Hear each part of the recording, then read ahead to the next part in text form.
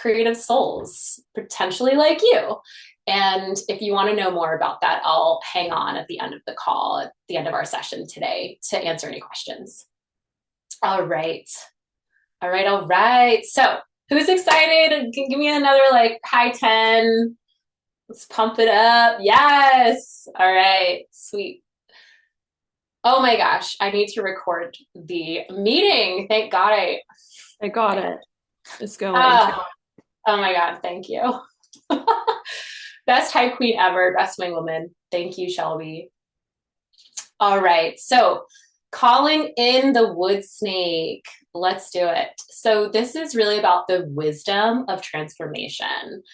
The power of 2025's wood snake in the Chinese zodiac is all about this combo, which is so fun. It like really embodies collaboration. We've got the snake, which is wisdom, intuition, mystery, and precision, along with the wood's growth and flexibility and expansion. Together, it makes this wisdom expansion combo of wise growth, flexible wisdom, and strategy with grace. So, how is this relevant, right, for 2025? This really means that we're going to be seeing, I mean, and of course, this is just a prediction, but if we really are calling on this energy of the wood snake, it's really about personal transformation. It's about creative expression. It's about strategic growth and spiritual development. And not only that, with that like combo, right, essence of one and two with wood and snake, we've got this like connection that's happening, especially as I mentioned yesterday with the trees, this network, right? Wood comes from trees and they really build a network. So this is really about building relationships as well. So it's perfect for today's inner work because we've got that flexibility, yet strength, right? Looking at self inquiry pieces, it takes some compassion, right? It takes some openness. It takes some flexibility in essentially rewiring some neural pathways. And with the snake, we get to be strategic about it, of course. Thank you for trusting me in this brave container. But also, we get to shed those old patterns with grace and love. I mentioned this before, I think it was in yesterday's talk. It's not about slaying the fear with my work. It's a little more revolutionary. We actually want to bring it in closer. This is a process of leaning in, not pushing away. Does that make sense? Can I get some thumbs up on that? Yeah, sweet. Awesome. So, with that, we are able to transform with more grace, right? And again, calling in that wood element, we get to create some sacred boundaries, right? Like, and snakes can also be pretty confident. Like they can be pretty like feisty sometimes, right? Like there's this really graceful, divine, wise strategy to creating some boundaries. So we'll be talking about that too. All right. So fear work. Fear work is really about reclamation. It's about honoring, like I said earlier, and it's about creating this loving space to really feel that we can recognize ourselves. What I've witnessed in my own work and guiding others is that it really is a very vital, important process in becoming whole. In that process of belonging, we need to actually belong to ourselves first and foremost to remember who we are. And again, I said this yesterday, we are these souls having a human experience. And so fear work is essentially a reclamation. It's a brave reclamation of ourselves. I love seeing these head nods and that landing, right? So I would love to tell you on that note, a little personal story about sharing my personal transformation through resistance. And, a lot of you know me already. I'm an empowerment and purpose clarity coach. I'm a spiritual guide. I'm a ceremonialist. I'm also an award winning speaker, which is pretty fun to say. And I was a D1 athlete at Boston College. Some of you might not know that. But yeah, I have a degree in interpersonal and nonverbal communications. I'm also a holistic health coach, as mentioned, yoga teacher, meditation teacher for over a decade, got a post-bac in psychology, and I've really extensively studied psychology and habit change. And all of that is great, but what I'm really most proud of is that I feel whole. I feel a sense of belonging and know when to lean in, right? Like know when to lean in when things are feeling tough. I am also pretty woo. Like I love where science meets woo. I'm sure some of you have noticed that about me. I just love, yeah, I love feeling that sensitivity that is such a gift that I know a lot of you know what I'm talking about, if not all of you know what I'm talking about. To really feel into the world around us is such a gift, but it can be a lot, right? It can be overwhelming. And I remember, right, like a long time, I mean, back when back when, as long as I can remember, like being a child, feeling this spiritual world. I didn't have any labels for it. I didn't know what spiritualism was or anything like that. I didn't grow up in the church. But I would talk to spirits and I could see them as well. And I heard messages from the wind and like, I just never thought that was different. Does anyone, it's okay. Like you don't need to out yourself right now, but like, if anyone can relate, like give me like a little thumbs up or something. Okay. We've got some woo in here.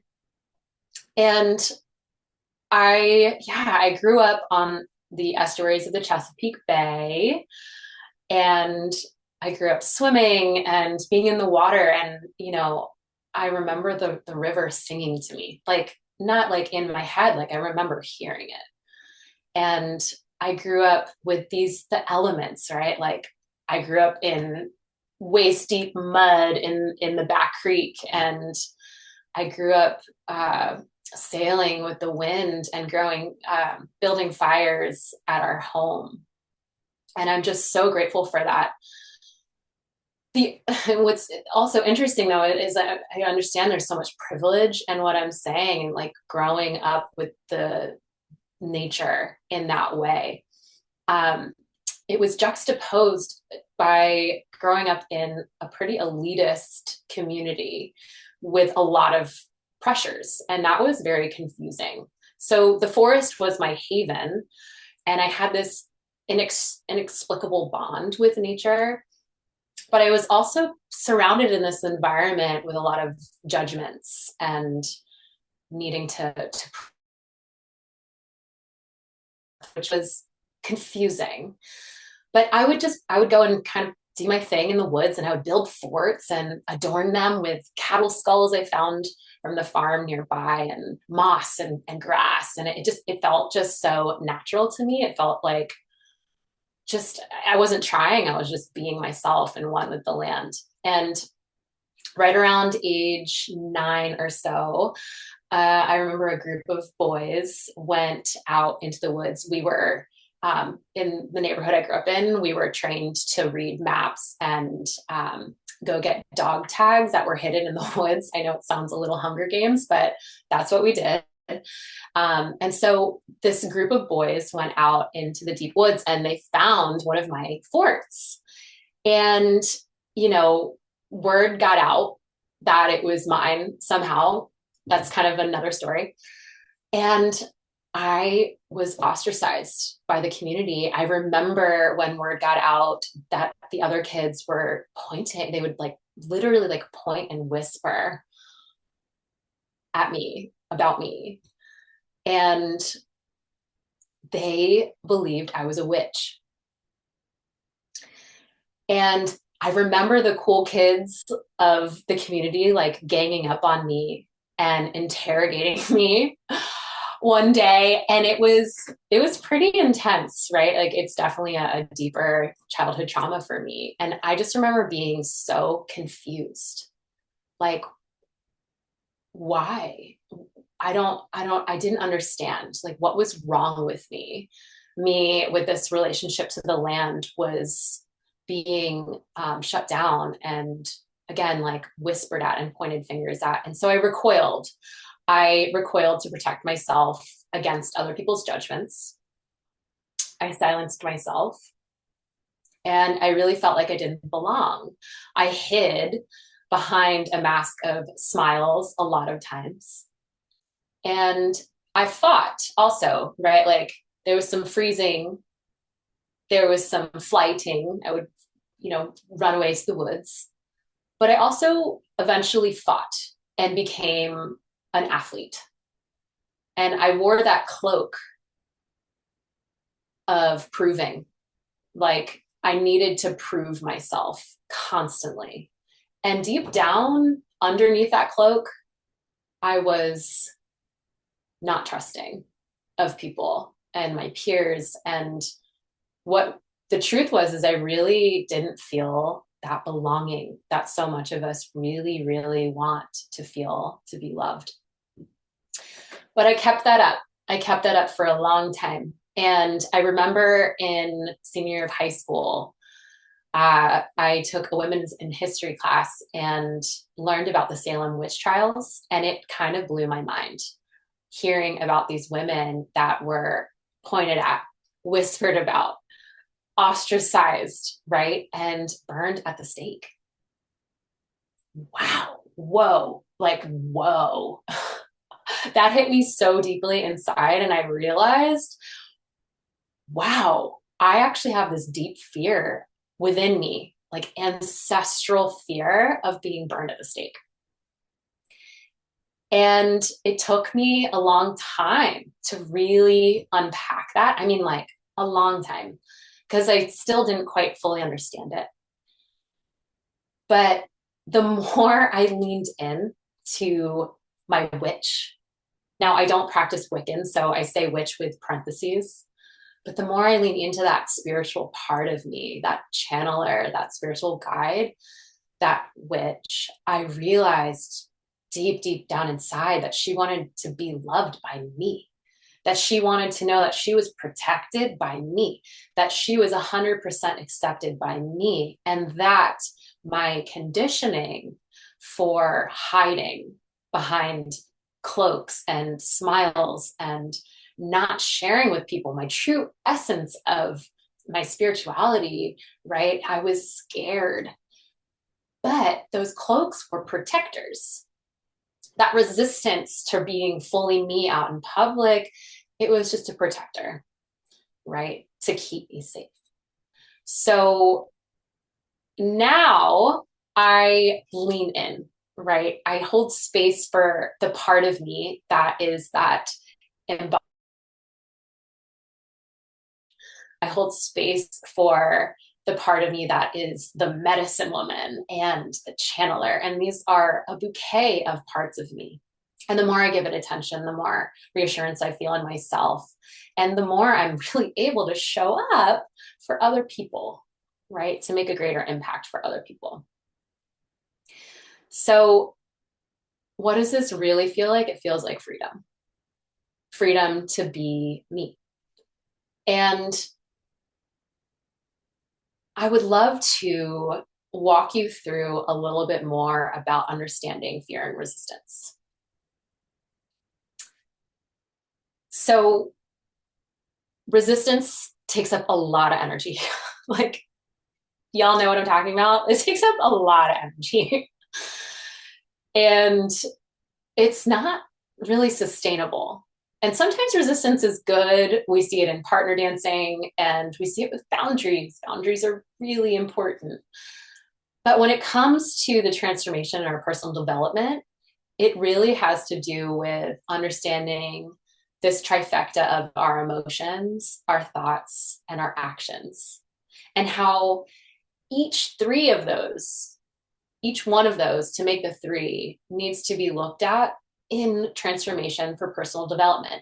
Brene Brown actually found this in her research. We need all three to make effective shifts. And fear is pretty draining on our emotions, on our thoughts. And that resistance that creates inaction takes a lot of energy for action. So, y'all know what I'm feeling? Like, is this landing with everyone? Yes. Okay, awesome. So, again, fear work is really about creating that awareness and moving through the energy, loving ourselves and loving those protectors.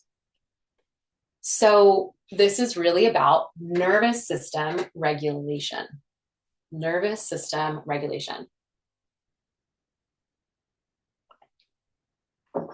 As we all know, fear is this trifecta, or actually now there's a fourth, but trifecta for quad of fight, flight, freeze, and fawn. And that can get really confusing in modern day society because, of course, this is a primal thing, right? But we were, our ancestors were trained in this fight, flight, freeze response to run away from saber-toothed tigers and, and like things like that.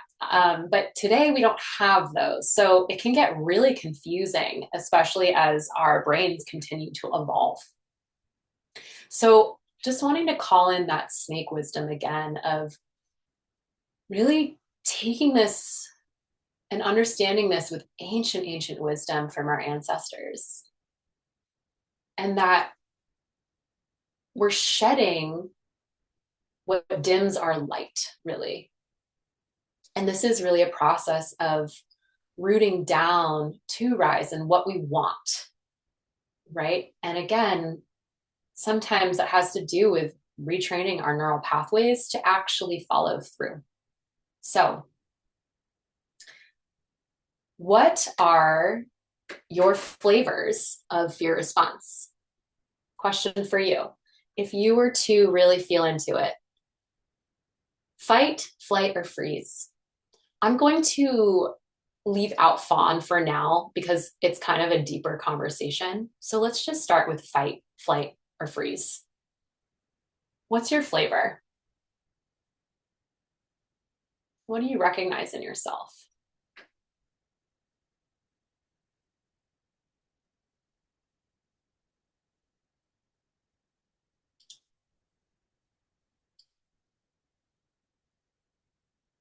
Tara says freeze and shut down. Shelby says freeze and flight. Excuse me.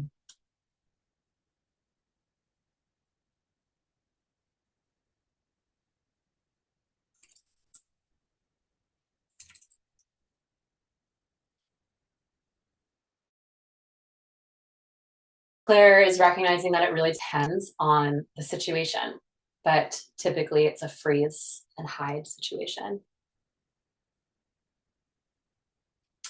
And Maddie's recognizing that it's a little bit of all of them for her. I feel you. And Katie Bell isn't quite sure, but probably flight, maybe a little fight, a little all of them. Courtney saying flight, eventually freeze. It's not addressed.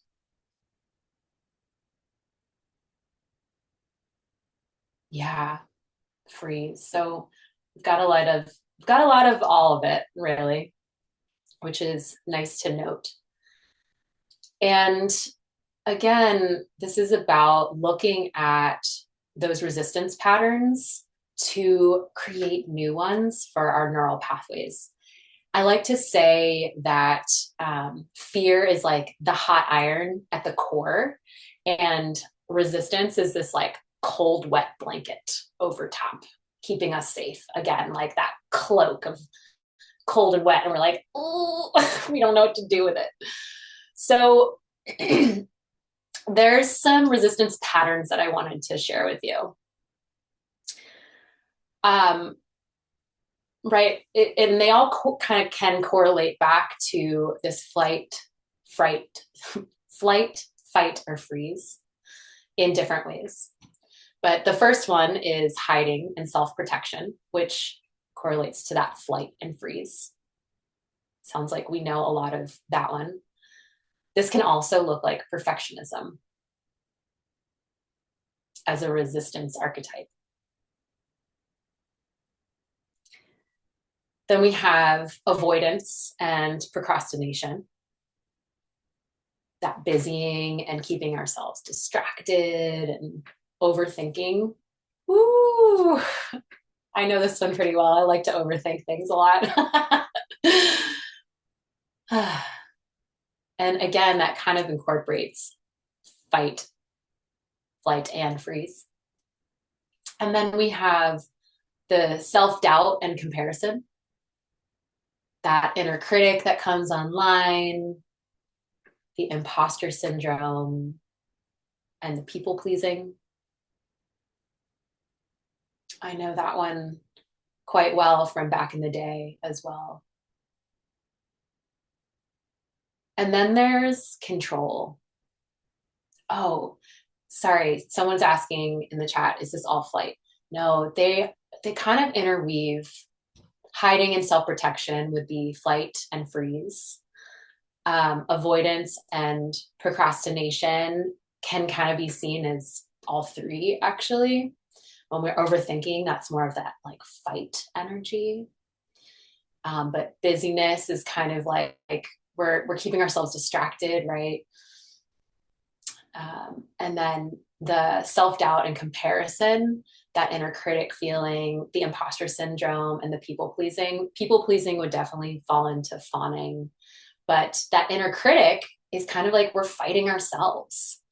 And imposter syndrome, we're kind of freezing in that. So they kind of all intertwine, if that makes sense. Does that make more sense?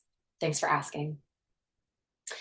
And then there's the over control and rigidity. I know this one from my past pretty well. And again, it kind of goes in with the perfectionist. This one to me has the air of fight, that like over planning, overdoing, really needing to prove ourselves, right? And essentially be under control. So, what is this all like? It's all intertwined, it's all connected. And what I'm really getting at is this is about creating safety. Over control is about creating safety. It's feeling like we are unsafe, right? And needing to regulate something. And if I do this thing or that thing, then I will be safe. Do you all relate to what I'm saying with the fight, flight, and freeze and creating safety? Yes. Okay. And again, it's really about cultivating a relationship with yourself, about really wanting to give yourself the space to be safe. If we were to slow down response. So if you all are down, I would love to guide you. Katie Bell's saying, learning how to differentiate when we are being productive in our flow and joy versus keeping busy as defensive response is hard. Amen. It is really hard. And I love that you just mentioned this because it also brings up another point that has to do with primal sense and of our beautiful vessels that we have, is that this has to do with hormones. And as we all know, cortisol can be pretty addictive. It can be fun to get that those like spikes, okay, and now I'm getting shit done, and here we go. And it's like boom, boom, boom, and crossing things off the list. Like it feels good. Shelby's giving me a cry face, laughing face. She's like, yeah, I know that one. It feels good. And so I want to just bring in this aspect too of like this is literally like a part of our body and our being and our system, and it's not to shame ourselves at all. That also like sometimes it can be really good to get things done and then just check ourselves. Why, right? Like, what's the intention of me getting so much done and pushing past myself when I really need a break? Or like, hey, you're doing great. Let's go for a walk, you know? And really, it's cultivating that balance between all of our systems. Cable, thank you so much for sharing that. That was beautiful. All right. So, who's down? Who's down to do a little dialoguing with our fear? I know it's a brave space. So, taking a moment to just recognize what you're noticing and what you're seeing from what we shared earlier. I know it's been a lot. I'm going to slow down a little bit to give you a little more space, but what's the theme? What resistance or fear pattern is showing up most frequently for you? I just want you to pick one.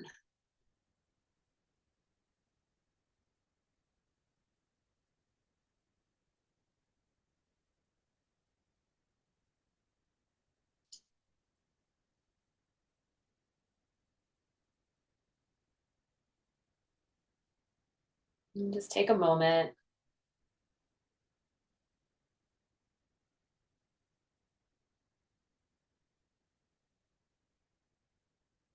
and just give me a little like thumbs up when you're ready, you've picked one.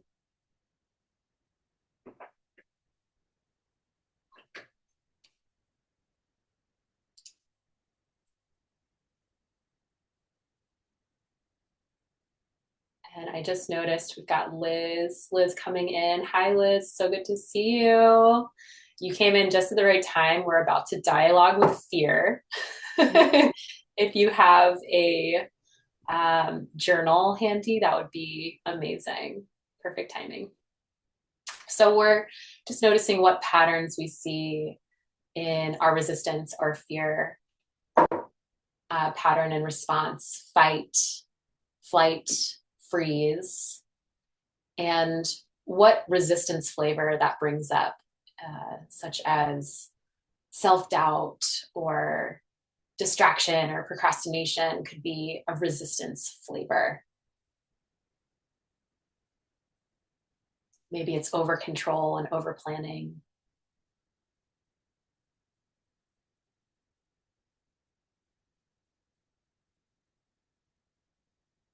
Okay. So just to stay on track with time, I'm going to keep going. And I want you to just take a moment, take a deep breath, maybe even close your eyes for just a moment. Let that go out. And I want you to ask this fear, how is this fear trying to protect me? How is this fear trying to protect me?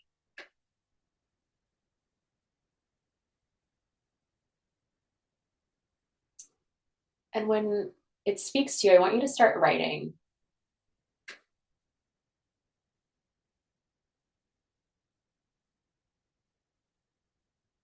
And just jotting down anything that comes up. How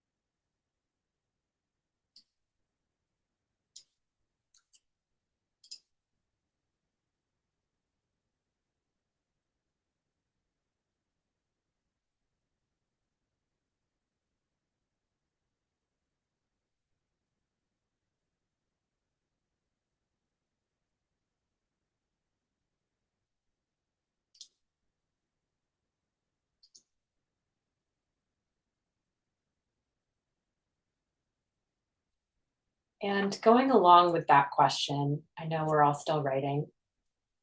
I want to ask, how has this fear served me in the past?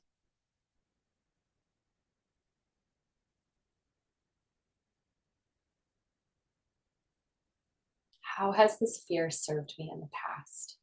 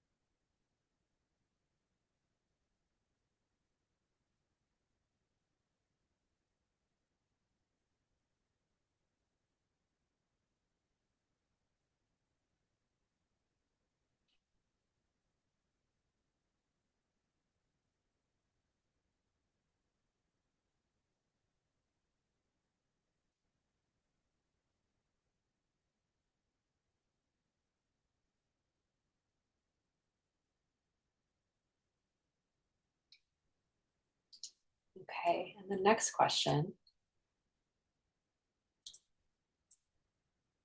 is, how is it keeping me loved in relationships? And next question to that is also exploring the relationship to self. How is this keeping me loved in relationships and the relationship to myself?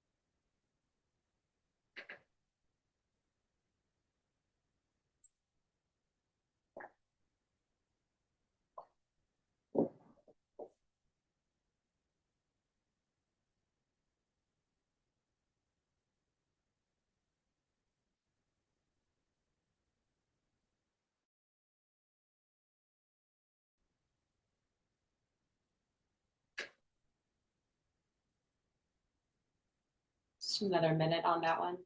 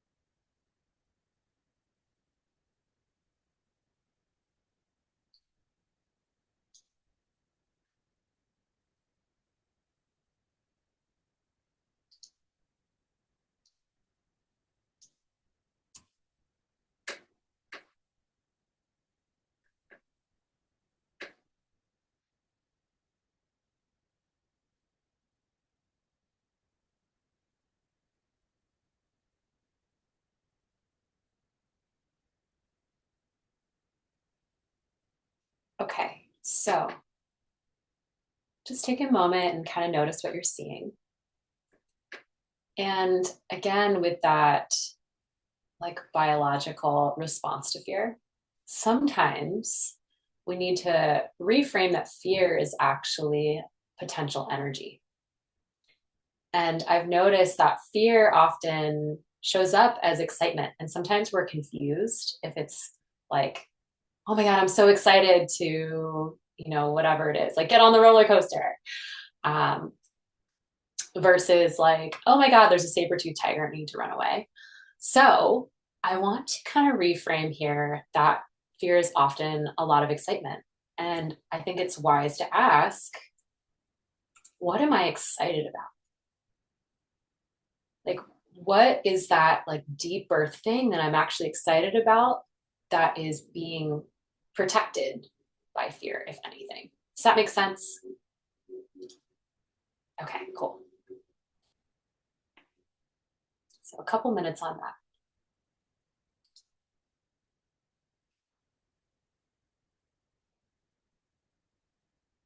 Yeah. So Daniel's asking for a little more explanation. Sometimes, and this might just not land with you in this moment doing this deeper fear work, but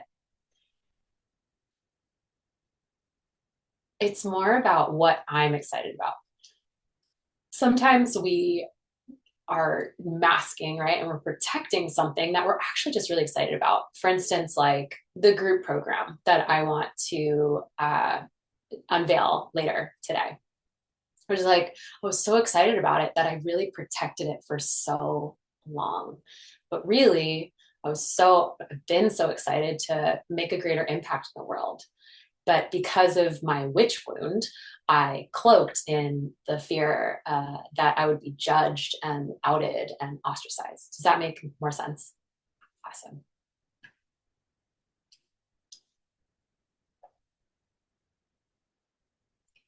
And this goes along with that same question, and this could maybe help understand it too, is what do I really care about so deeply that I want to protect it?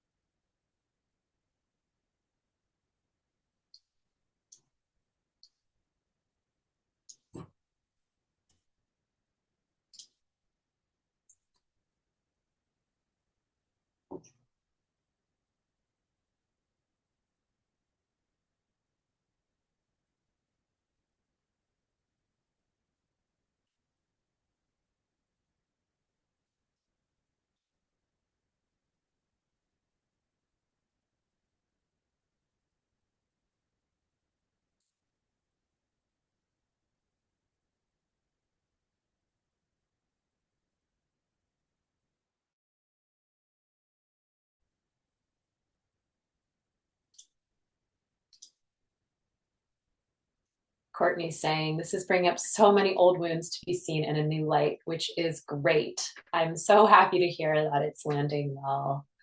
And yeah, I want to give you a few minutes, like 3 minutes, to really contemplate like, what new understanding am I gaining about my fear? What are you seeing for yourself? What's percolating? What's intertwining here?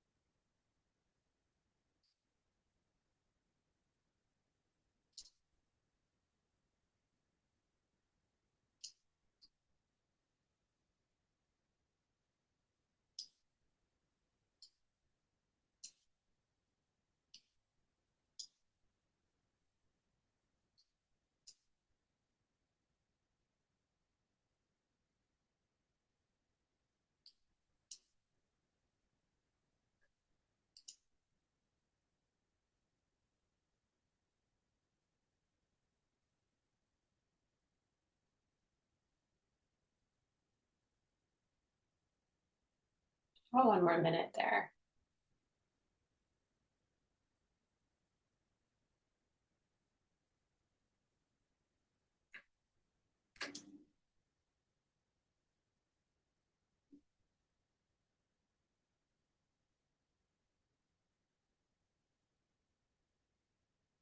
And we'll be lighting a candle here soon. So you've kind of finished and you don't have your candle handy, go ahead and grab that.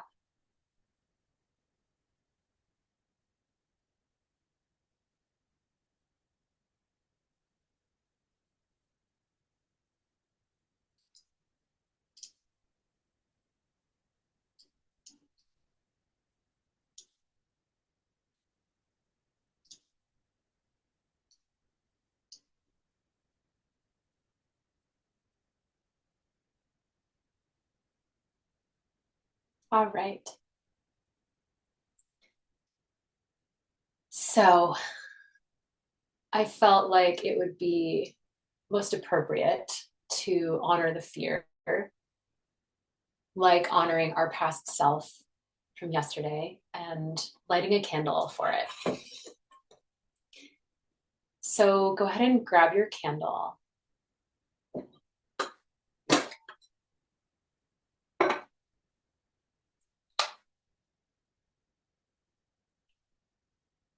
And we'll just wait for a moment for everyone.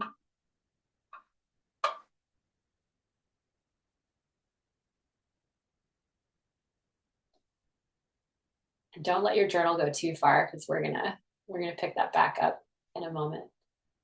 But I want you to go ahead and light your candle with me. Like we're passing along the torch to each other. We're illuminating ourselves, but we're doing it together.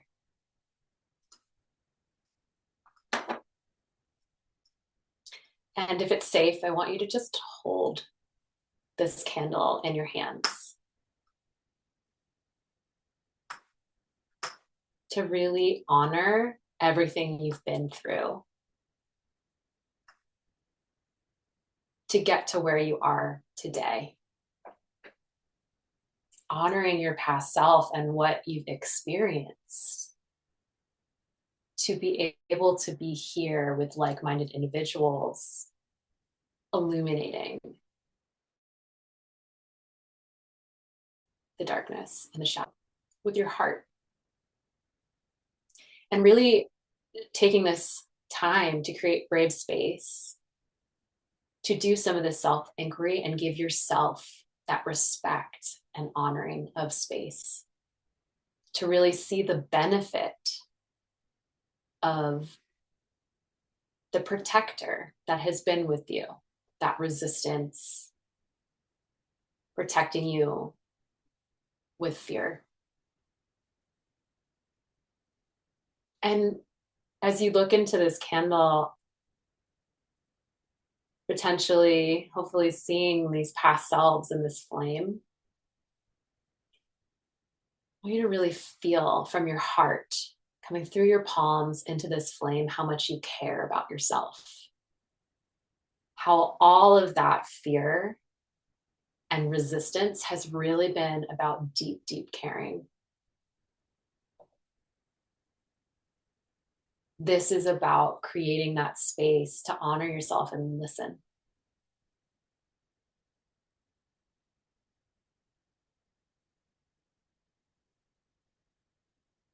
Really listen.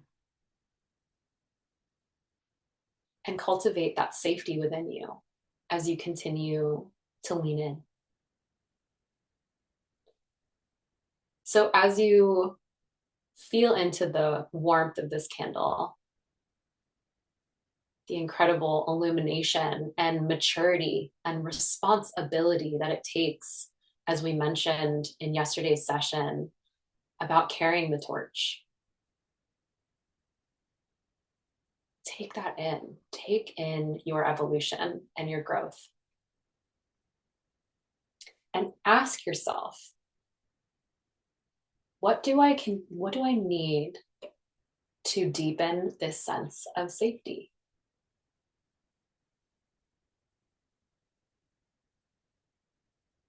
And more specifically, what boundaries need to be claimed?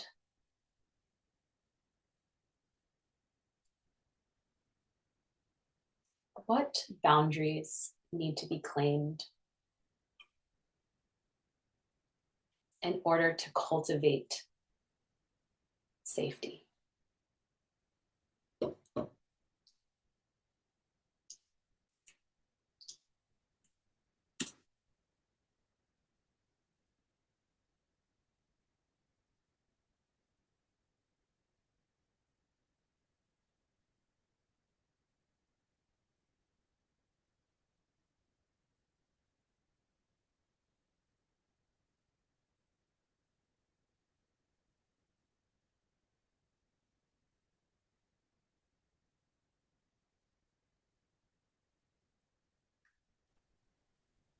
Jen, could you give us an example of a boundary that could be claimed? Yes, absolutely. So, for instance, let me think here.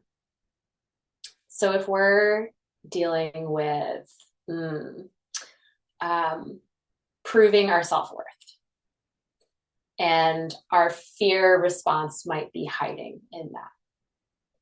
When I notice myself hiding and I give myself that space to recognize, oh, I'm trying to prove myself, I actually then create a boundary with other people's energy and then allow myself the safety to reclaim my own energy. Does that make sense? Okay. So another example might be like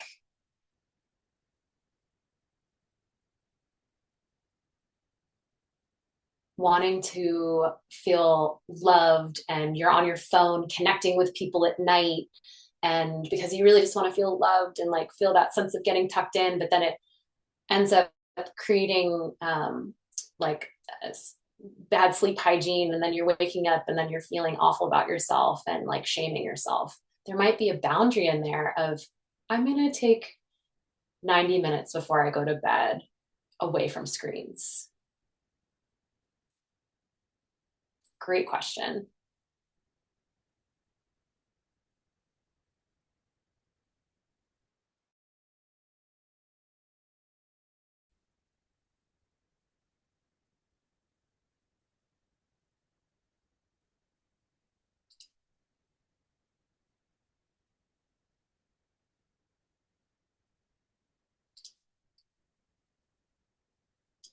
And what,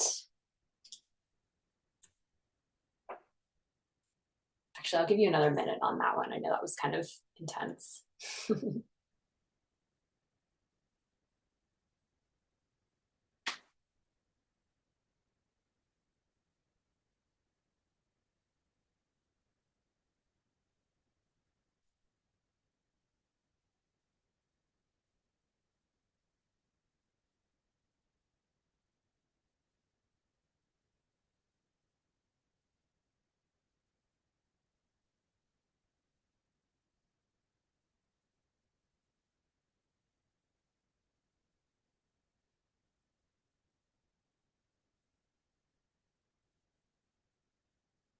Okay, and last question on this is what affirmation do I need to hear from my most compassionate self? What do I really need here to hear? What do I need here to hear?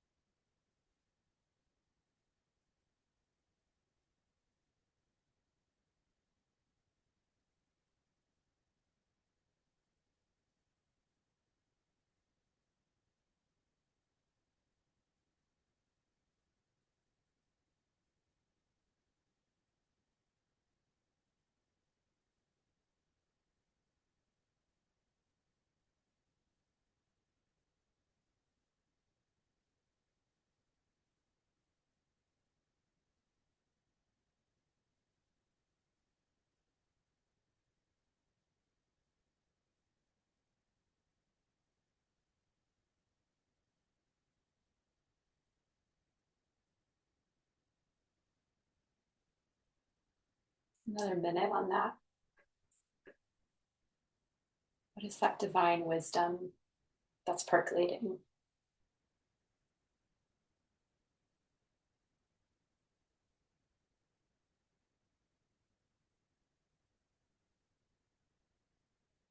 Really taking it in.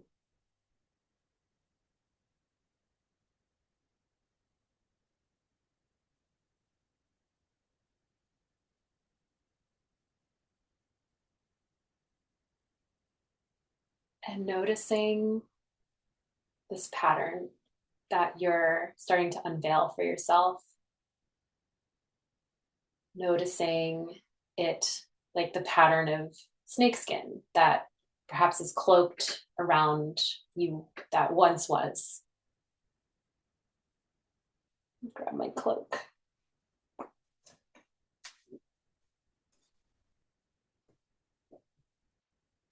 Feeling that pattern.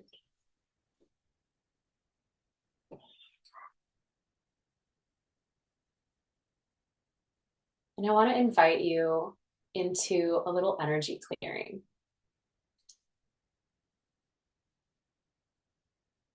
You're all ready. A little thumbs up if that sounds good. Awesome. And first, I want to invite you to call in that energy of your heart. So let's all take a deep breath together. And go ahead and place a hand on your heart. Feeling your heartbeat, feeling the blood pulsing from your heart through your veins. From your heart through your arms and into your palms, creating that circuit energy of the heart medicine, of compassion, of awareness. Feeling your heart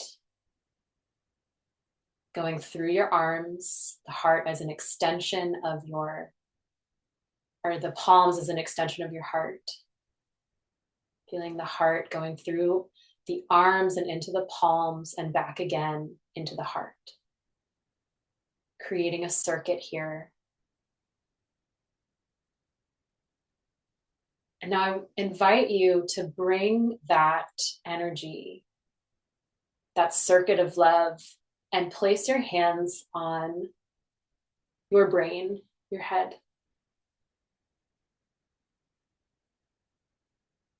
And if it feels right, I want you to say out loud, thank you, brain. Wow. Wow. Thank you, brain. Thank you to wanting to keep me safe. Thank you for storing these memories, this energy.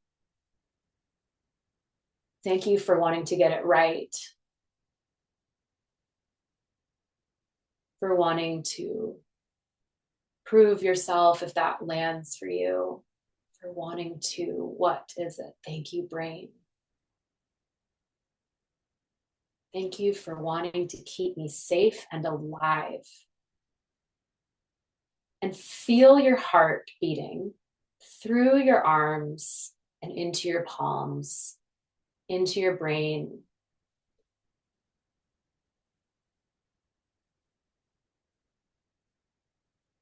Creating a circuit that goes down to your heart, through your hands, into the brain, down into the heart, through the arms, through the palms, into your brain. Creating this circuitry between heart and brain. Nice deep breath in.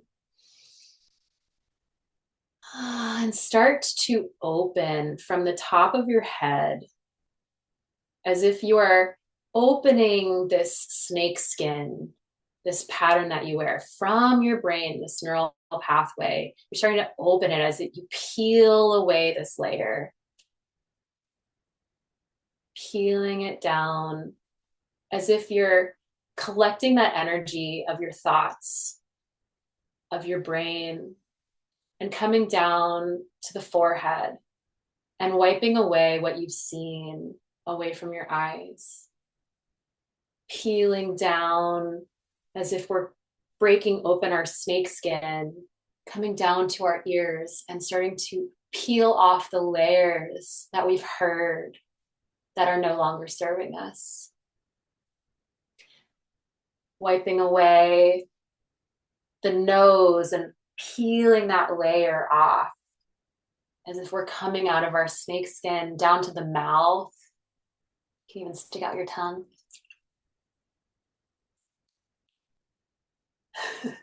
Coming down to the neck, making sure to get the back of the head too, as you peel away like this outfit, this pattern, the snake skin that you've once worn that served you so well as a protector.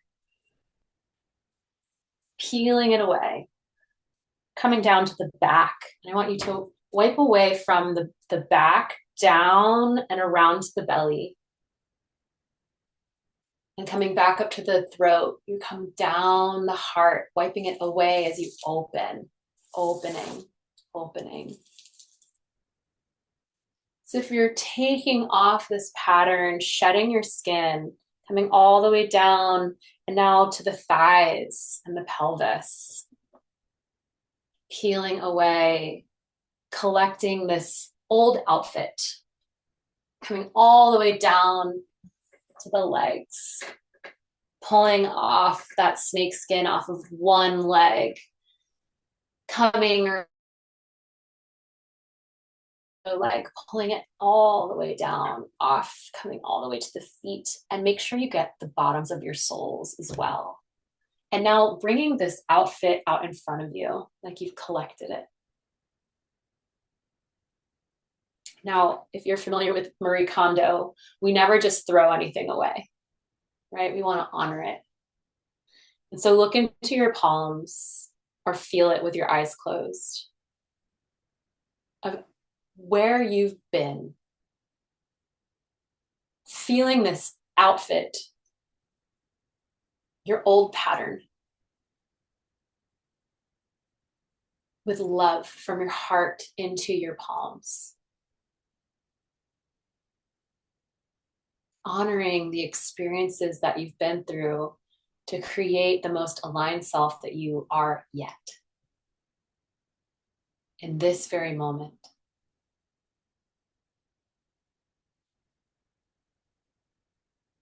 I want you to, or I invite you to, offer this into your torch, your candle, allowing it to be placed into the candle, feeling the warmth on your hands as the fire transforms the energy and alchemizes it.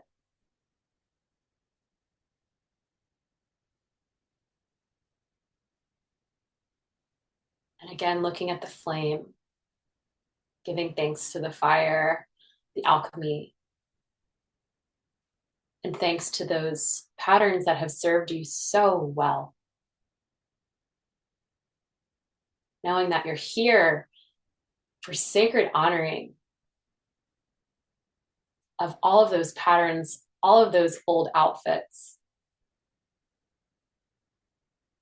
When you light this candle, allowing it to be sacred. And now I want you to feel into your patterns here now. After that alchemy, just take a moment, a few deep breaths, and you can even caress your body, just noticing and giving yourself some tender, loving affection here. Noticing your new skin, right?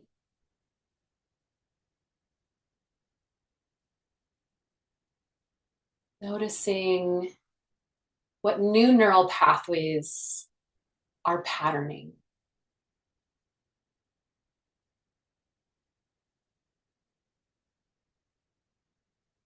Noticing that it's actually a process of deconditioning, unraveling, unbecoming.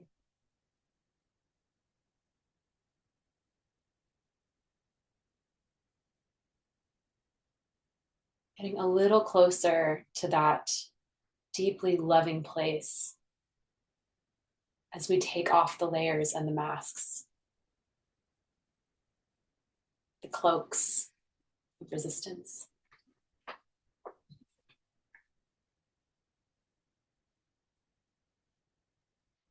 I want you to think about that affirmation earlier. What did you need to hear from your most compassionate self?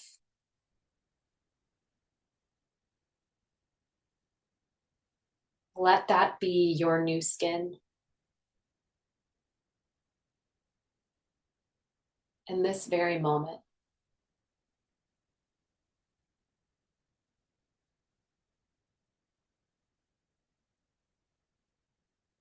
And what is it that you can implement that would greatly benefit the health of your nervous system and this new pattern? Just taking that in.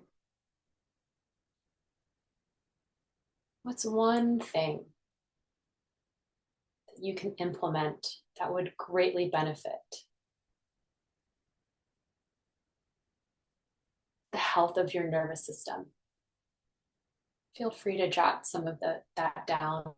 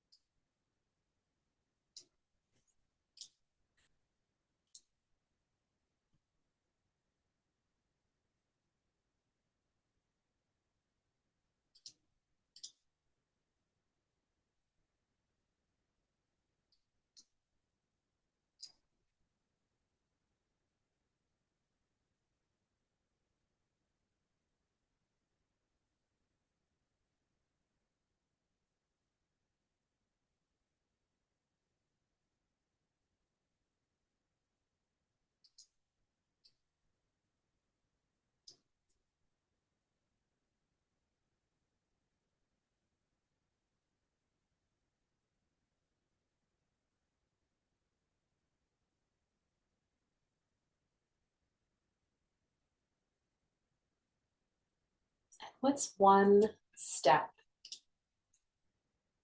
that you're willing to take to implement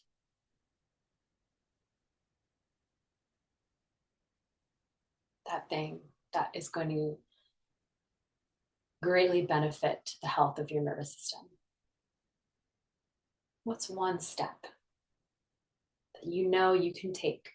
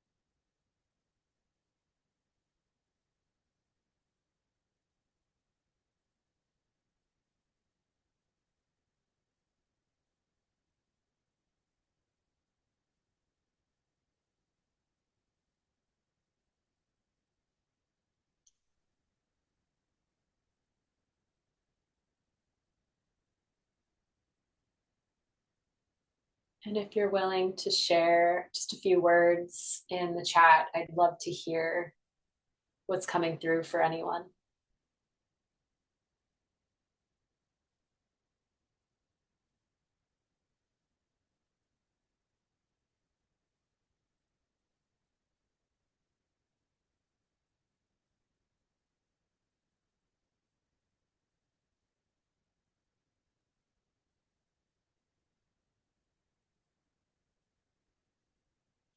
Liz is saying daily movement practice. Kelsey's noticing that one step she can take is determining a meditation space in her home. I love that. Daniel is recognizing that he wants to write anything every day. Sounds like a good morning pages practice.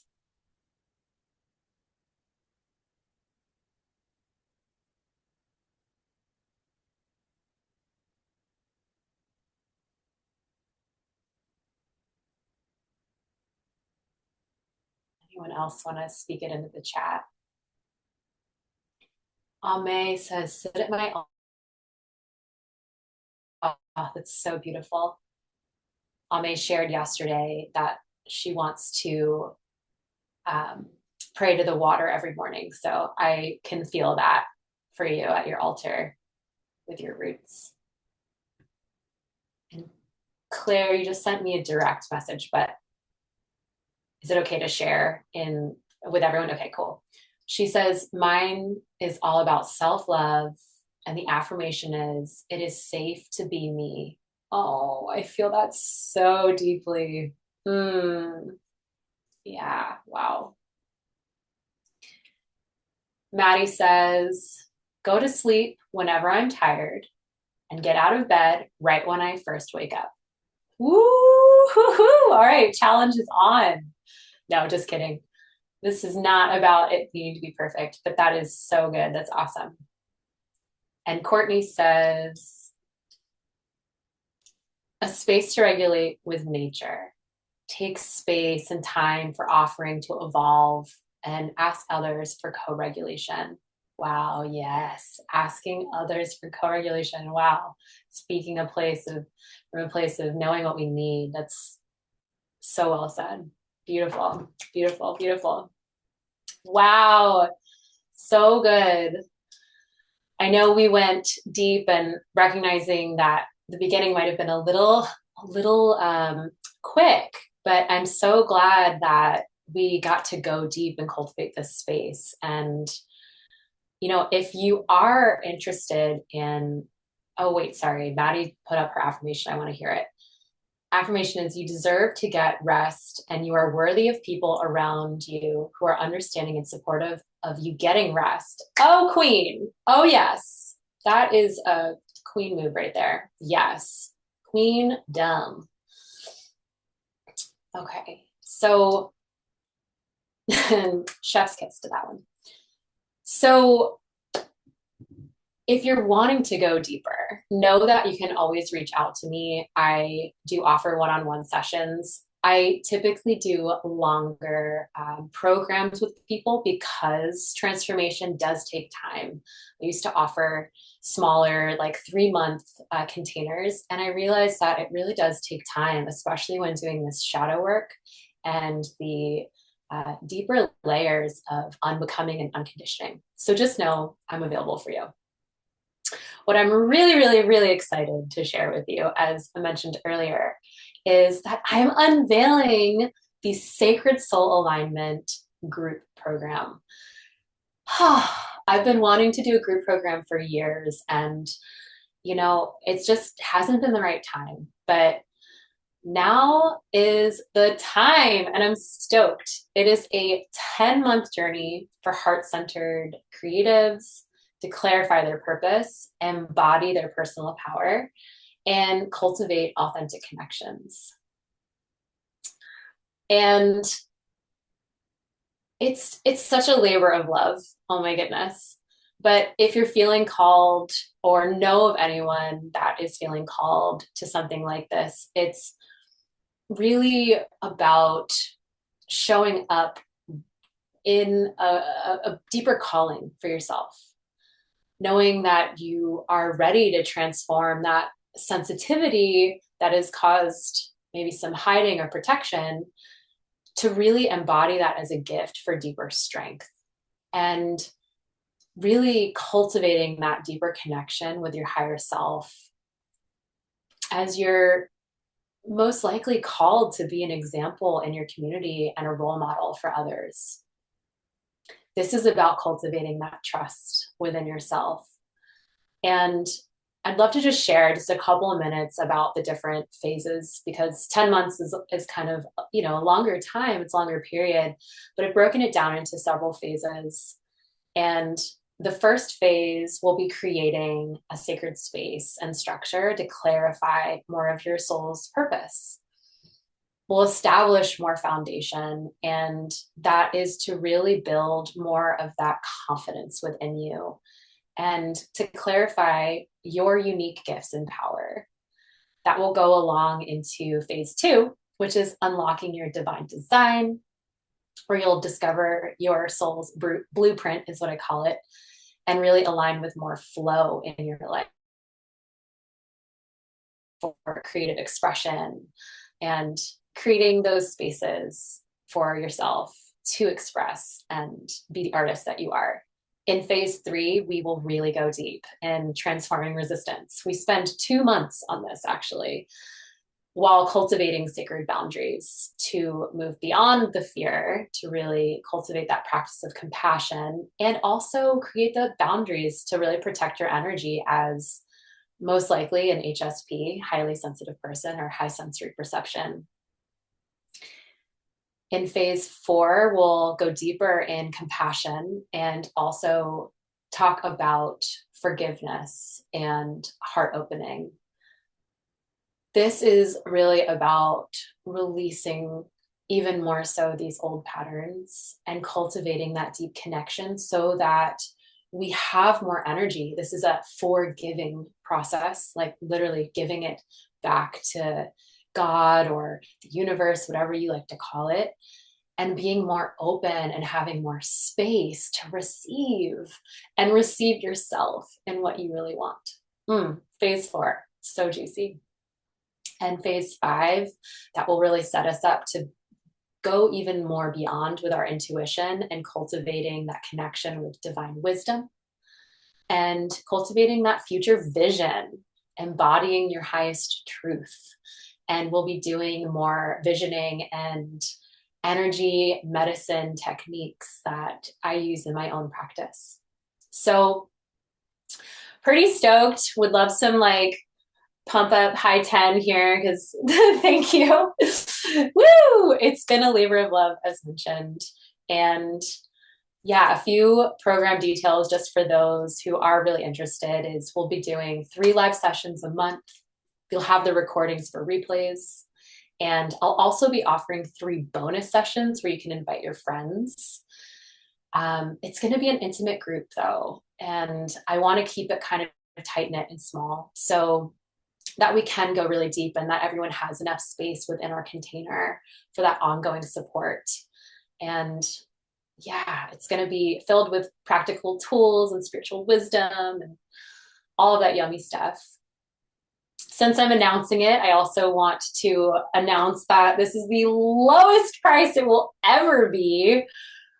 I feel really generous in saying that. And I've created a super early bird, not just an early bird, but a tier 1 super early bird price. It's $397 a month. You'll save a full $1,000. And I wanted to mention that to anyone listening that is interested, that this is going to expire for the general public. This super early bird expires Tuesday, January 7th. So if you do have a friend that you know is interested, or if you are interested, of course, reach out, let me know. And feel free to share this exciting announcement with your friends and this discounted offer. So next steps are, if you are interested, is to go ahead and grab a free clarity breakthrough session with me. It's a 30-minute to explore on the call what's in your way and what you're really wanting and see if this could be a right fit for you. And I think that's really important to make sure it is the right fit. And if this journey is right for you. And if you're wanting to know more about the journey, you can check out the website for that, jengans.com, Sacred Soul Alignment. So I'll hang on after we close. If any of you have any questions for me about this, please ask all the questions. I also have a Q&A section on the website. Woohoo, it's happening.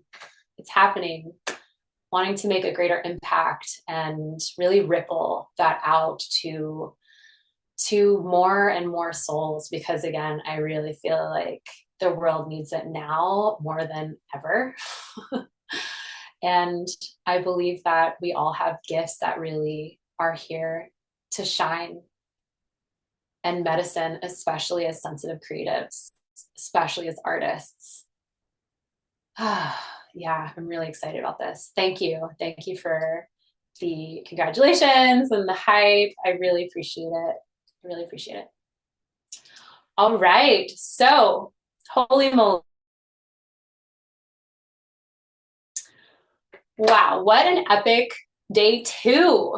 Day two. We went deep. I'm so proud of all of you and grateful. Thank you for trusting me as your guide through this process of really taking a look at the deeper fears and the shadowy places. And I wanted to, give you some action steps for today. Oh, and we have another very exciting prize to win for today. So I want you to go into the Facebook group later today and post what affirmation do you need to hear from your most compassionate self. I'm going to put that into the chat.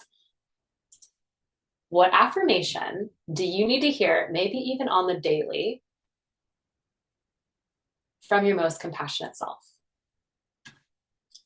And if you're willing, I want you to also out your resistance. So let me flip that. You need to out your resistance and then claim what affirmation you need to hear from your most compassionate self.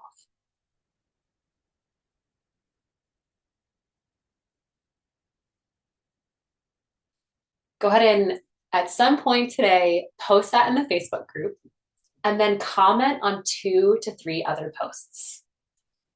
That will put you in the drawing for one of my favorite oracles of all time, Alana Fairchild's Rumi deck. This is a pocket version. The regular version is much bigger. It's like this. Mine, I take this book along with me around the world, and it's nice and torn, or not torn, but it's worn in. And this is one of my personal pieces of routine that I just love. Shelby says it's the best deck ever. If you already have this, as you know, some of my VIPs are in here and you might already have this deck that I've gifted you. I will gift you a different Alana Fairchild deck called Sacred Rebel, another one of my favorites. So go ahead and post your resistance flavor in the Facebook group and your affirmation that you need to hear from your most compassionate self, along with commenting on 2 to 3 other beautiful souls posts to really just love each other up and encourage each other and create that ripple that I think is so important. Woo! All right, any questions about that? Do we all get that? Y'all, this deck is amazing. It's really chef's kiss. All right, so preview of day 3. Oh my goddess, tomorrow we're going to be visioning. Oh, we've done all this juicy, deep work to set us up for visioning tomorrow. when we really want and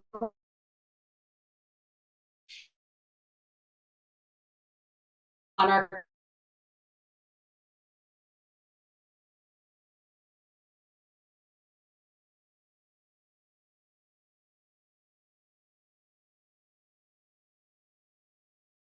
really activate that power within you, not just to see it outside of yourself, but to feel it and embody it within. So really, really stoked for day 3. Super excited. And with that, I just want to take a few more breaths to close our circle and thank any of the spirits of the highest truth and compassion that were here with us today. To thank the energy and essence of the wood snake in its strategic, embodied, intuitive wisdom and flexibility and strength. And I want to thank your brave heart.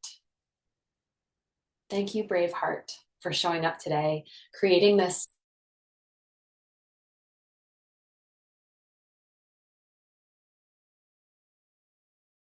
life because you know you are worthy of it. As you're today.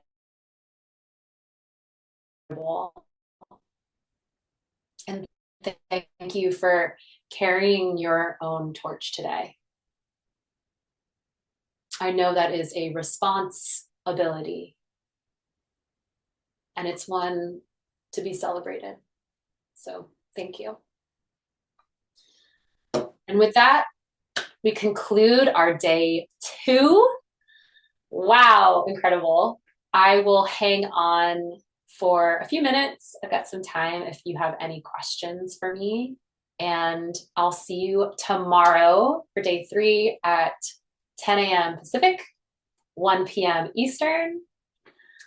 And thank you so much.